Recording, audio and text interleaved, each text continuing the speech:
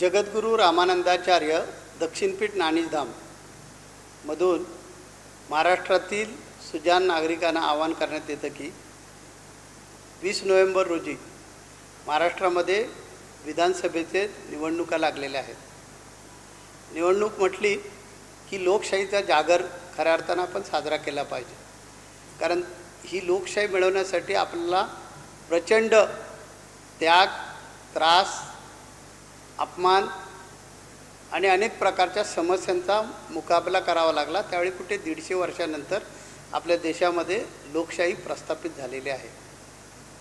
आणि आताची जी निवडणूक आहे महाराष्ट्राची, या महाराष्ट्राच्या निवडणुकीसाठी, विधानसभेच्या निवडणुकीसाठी 20 तारखेला आपण सर्वांनी, सुजाण नागरिकांनी बाहेर पडलं पाहिजे आणि आपला मतदानाचा हक्क बजावला पाहिजे।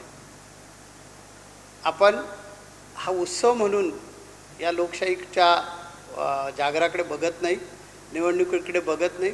आपल्याला थोडीफार काही सूट मिळाली किंवा सुटी मिळाली की त्याचा बरोबर आपण फायदा उचलतो आणि आपल्या इतर कामांना प्रचंड महत्त्व देतो। आपण संघटित नाही आणि त्यामुळे आपल्या देशाचं, आपल्या धर्माचं, आपल्या संस्कृतीचं प्रचंड नुकसान झालेलं आहे। हे मी नाही सांगत, इतिहास सांगतो।